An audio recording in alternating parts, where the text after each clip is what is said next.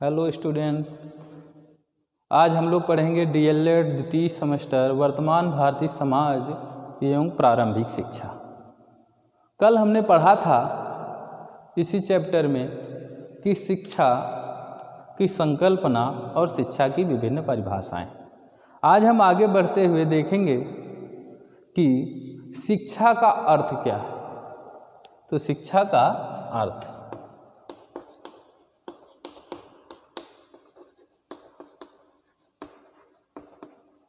शिक्षा का अर्थ। कल हमने परिभाषाएं समझी और परिभाषाओं से जाना कि हमारे अंदर जो शक्तियां उपलब्ध हैं उन्हें प्रकटित करके विकसित करना शिक्षा कहलाता है। लेकिन शिक्षा को विभिन्न अर्थों में व्याख्यायित किया जाता है। तो विभिन्न अर्थों में व्याख्यायित करते हुए हम एक एक अर्थ को अच्छी प्रकार से जानेंगे और समझेंगे। तो शिक्षा के विभिन्न अर्थों में जो व्याख्यायित किया जाता है कि वे अर्थ कौन कौन से हैं, उन अर्थों को हम विभिन्न भागों में डिवाइड कर लेते हैं। तो शिक्षा के अर्थों को हम विभिन्न भागों में डिवाइड करके और समझेंगे इन अर्थों को। तो सबसे पहले हम देखते हैं कि शिक्षा का पहला जो अर्थ है वो प्राचीन है, दृष्टिकोण है।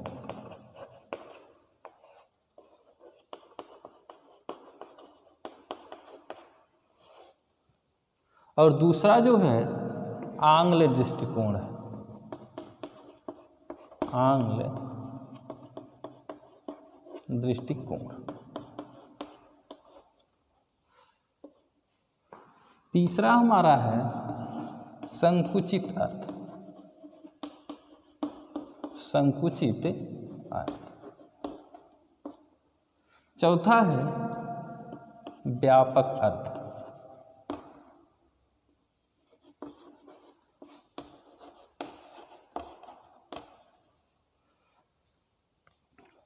और यहीं से हम आगे बढ़ जाते हैं।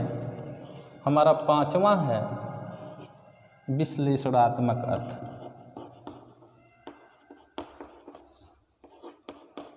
विश्लेषणात्मक अर्थ।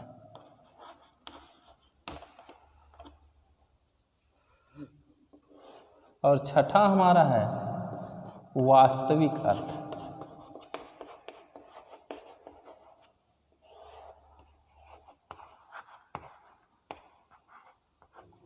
ये हमने लिख लिया है कि शिक्षा को विभिन्न अर्थों में विश्लेषित किया जाता है, व्याख्यायित किया जाता है, जिसका पहला है प्राचीन दृष्टिकोण, या जिसे हम कह सकते हैं इस प्राचीन को भारतीय दृष्टिकोण।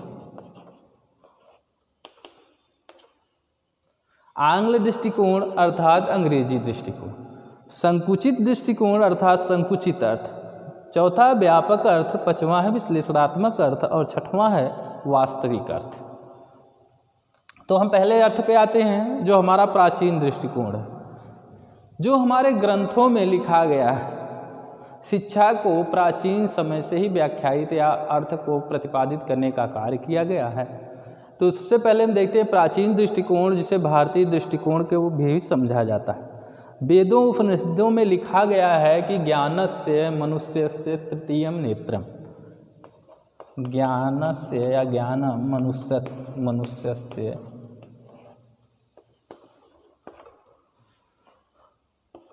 तृतीयम नेत्र।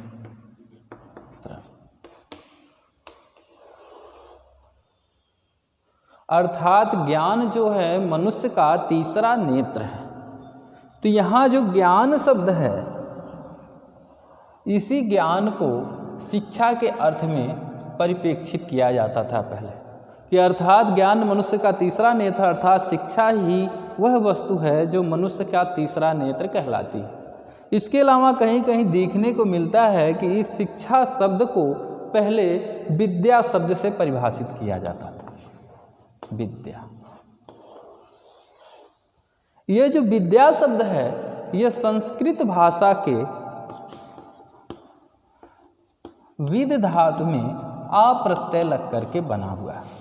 विद धातु में आ प्रत्यय लग करके बना हुआ है, जिसका अर्थ होता है जानना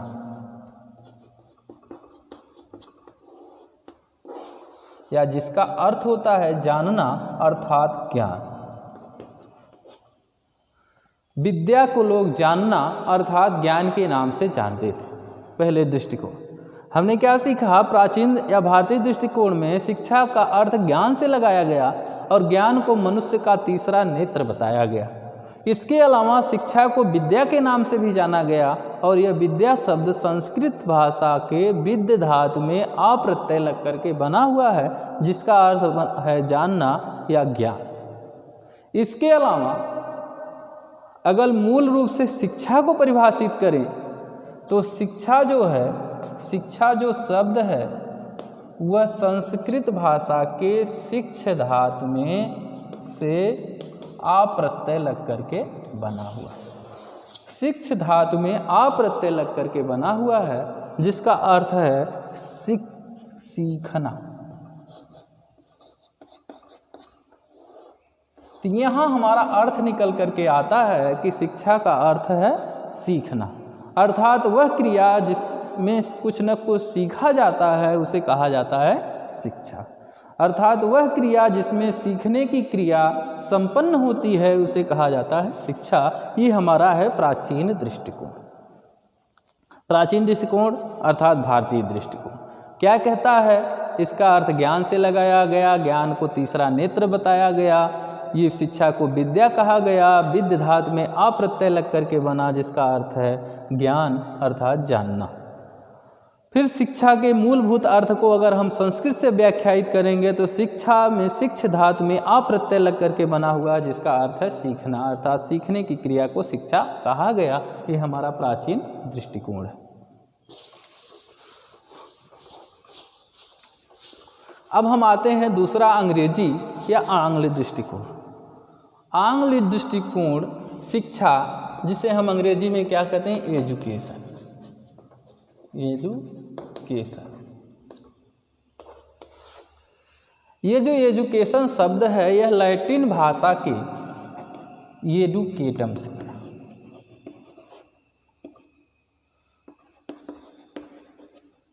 या कहा जाए कि शिक्षा का जो एजुकेशन शब्द है लैटिन भाषा के एडुकेटम,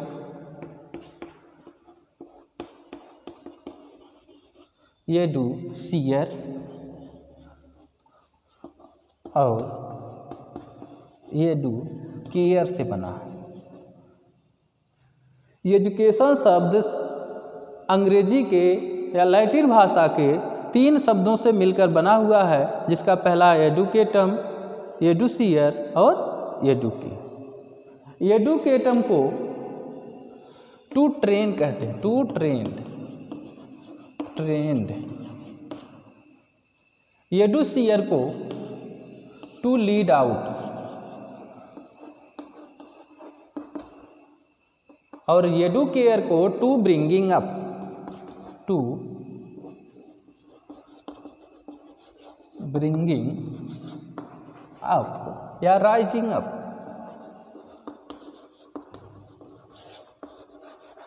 या राइजिंग अप के नाम से जाना जाता है। टू ट्रेंड, तो ट्रेंड मतलब होता है प्रशिक्षित, टू ट्रेंड मतलब प्रशिक्षित करना। एडुकेटम का अर्थ हुआ हमारे हिंदी में प्रशिक्षित करना, प्रशिक्षित करना। एडुकेटम का क्या अर्थ हुआ, प्रशिक्षित करना या टू ट्रेंड।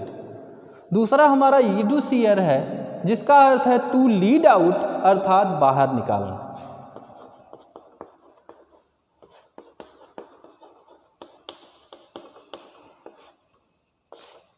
और तीसरा हमारा है एडुकेयर, टू ब्रिंगिंग अप या राइजिंग अप, अर्थात आगे बढ़ाना या विकसित करना या जगाना। आगे बढ़ाना या विकसित करना या जगाना। अगर हम इस दृष्टिकोण से देखें तो शिक्षा का क्या अर्थ हुआ कि शिक्षा वह प्रक्रिया है जिसके द्वारा मनुष्य को प्रशिक्षित किया जाता है, उसकी छिपी हुई शक्तियों को बाहर निकाल करके क्या किया जाता है, आगे बढ़ाया जाता है या विकसित किया जाता है या कहा जाता है या उसे परिपक्व रूप प्रदान किया जाता है। तो अर्थात इस दृष्टिकोण से शिक्षा का अर्थ ये हुआ कि शिक्षा मनुष्य के अंदर छिपी हुई शक्तियों को बाहर निकाल करके प्रशिक्षित करके विकसित करने का कार्य करती है। इसके अलावा ये जो एडुकेटम शब्द है, इसके एडुकेटम जो शब्द है आपका जो दिखाई दे रहा है, इस शब्द को भी दो भागों में बांटा गया है। पहला भाग है ई और दूसरा प्लस है ड्यूको, ई प्लस ड्यूको। तो ई का अर्थ है अंदर से और ड्यूको का अर्थ है बढ़ाना या आगे बढ़ाना या विकसित करना। अर्थात हमारे अंदर जो शक्तियां हैं उन्हें आगे बढ़ाना या निकाल करके विकसित करना क्या कहलाता है, हमारा एडुकेटम कहलाता है। तो इस प्रकार से आंग्ल दृष्टिकोण से हमने देखा कि शिक्षा 3 शब्दों से मिलकर बना हुआ है, या एजुकेशन 3 शब्दों, एडुकेटम जिसका अर्थ है प्रशिक्षित करना, एडुसियर जिसका अर्थ है बाहर निकालना, और एडुकेयर का अर्थ है आगे बढ़ाना या विकसित करना। अर्थात शिक्षा वह प्रक्रिया है जिसके द्वारा हम क्या करते हैं, मनुष्य की छिपी हुई शक्तियों को बाहर निकाल करके प्रशिक्षित करते हैं और उसे विकसित करने का कार्य करते हैं। अब हम आगे देखते हैं शिक्षा का ये संकुचित अर्थ क्या।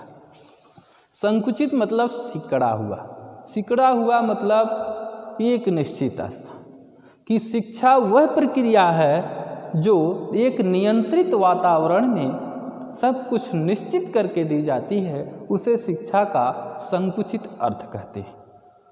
अर्थात एक नियंत्रित वातावरण में अनुशासन के साथ एक पर्सनली आपके टीचर हों, आपके क्या हों, एक स्थान हो, एक दूरी हो, एक समय हो, ये इस प्रक्रिया में बंद करके जो शिक्षा दी जाती है उसे शिक्षा का संकुचित अर्थ कहा जाता है।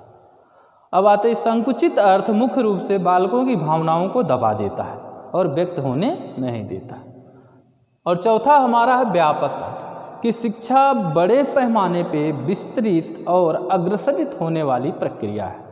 शिक्षा कहीं से भी ग्रहण की जाती है, इस अर्थ को कहा जाता है शिक्षा का व्यापक अर्थ कि हम कहीं भी शिक्षा को किसी से भी ग्रहण कर सकते हैं। यह प्रक्रिया बालकों के अंदर जो छिपी हुई शक्तियों को बाहर निकालती, इसलिए यह प्रक्रिया श्रेष्ठ मानी गई। 5वां है शिक्षा का विश्लेषणात्मक। शिक्षा का विश्लेषणात्मक अर्थ विश्लेषण से व्याख्यायित से संबंधित है, इसलिए इसे को विभिन्न बिंदुओं में डिवाइड किया जाता है कि शिक्षा है क्या। तो शिक्षा क्या है, नवीन ज्ञान के रूप में। पहले बिंदु लिख लेते हैं। दूसरा हमारा बिंदु है विद्यालय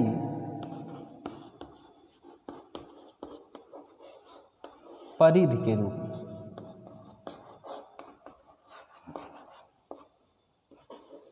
विद्यालय परिधि के रूप में। और तीसरा हमारा है जन्मजात शक्तियों को विकसित करने के रूप में। जन्मजात शक्तियों को विकसित करने के रूप में। तो आइए समझते हैं ये तीनों पॉइंट का मतलब क्या है। विश्लेषणात्मक अर्थ शिक्षा को व्याख्यायित करता है, विश्लेषित करता है, जिसमें 3 महत्वपूर्ण बिंदु आते हैं नवीन ज्ञान के रूप में। शिक्षा क्या है, ये एक नवीन ज्ञान प्राप्त करने की या नए ज्ञान पढ़ने की प्रक्रिया है। यह शिक्षा का नवीन ज्ञान के रूप में विश्लेषित किया जाता है। दूसरा विद्यालयी प्रविधि के रूप में, अर्थात एक शिक्षा ऐसी होती है जो विद्यालय के वातावरण में आपको प्रदान की जाती है, जिस प्रकार से आप लोग पहले आकर के पढ़े। एक विद्यालय की बाउंड्री होती है, उसके बीच में आप क्या करते हैं, शिक्षा ग्रहण करते हैं, तो ये विद्यालयी परिधि के रूप में हो। तीसरा जन्मजात शक्तियों को विकसित करने के रूप में, अर्थात जन्म से ही आपको कुछ शक्तियाँ मिली हैं, उन शक्तियों को क्या करें, हम विकसित करें, उन्हें आगे बढ़ाएं, तो इसे जन्मजात शक्तियों को विकसित करने के रूप में। और हम देख रहे हैं कि इधर हमने देखा विश्लेषणात्मक रूप में, और यहाँ छठवां हमारा पॉइंट लिखा गया है वास्तविक अर्थ। वास्तविक अर्थ में जो शिक्षा है वह संकुचित और व्यापक दोनों का सम्मिश्रण है। शिक्षा का वास्तविक अर्थ ये हमको बताता है शिक्षा संकुचित भी होनी चाहिए और व्यापक भी होनी चाहिए, तभी वह शिक्षा प्रभावशाली हो सकती है। अर्थात हमें एक नियंत्रण में रहना चाहिए और अपनी भावनाओं को व्यक्त करना चाहिए, दूसरों का ज्ञान अर्जित करना चाहिए। कहीं से भी जो ज्ञान मिले उसे प्राप्त करें, तो उसे हम शिक्षा का क्या कहेंगे? वास्तविक अर्थ कहेंगे। शिक्षा का वास्तविक अर्थ क्या है? संकुचित और व्यापक दोनों के सम्मिश्रण को शिक्षा का वास्तविक अर्थ कहा जाता। तो हमने आज क्या सीखा? यही सीखा कि शिक्षा का अर्थ विभिन्न दृष्टिकोणों में किस किस प्रकार से किया जाता है। तो विभिन्न दृष्टिकोण क्या हैं? प्राचीन दृष्टिकोण, आंग्ल दृष्टिकोण, संकुचित अर्थ, व्यापक अर्थ, विश्लेषणात्मक अर्थ और वास्तविक अर्थ। तो हमने सारी चीज़ों को समझा और जाना। अब हम मिलेंगे कल, जो जानेंगे कि शिक्षा का उद्देश्य क्या है, शिक्षा का लक्ष्य क्या है, शिक्षा का कार्य क्या है, शिक्षा का महत्व क्या है, शिक्षा की आवश्यकता क्यों पड़ी। तो ये सारी चीज़ें जानेंगे। ओके।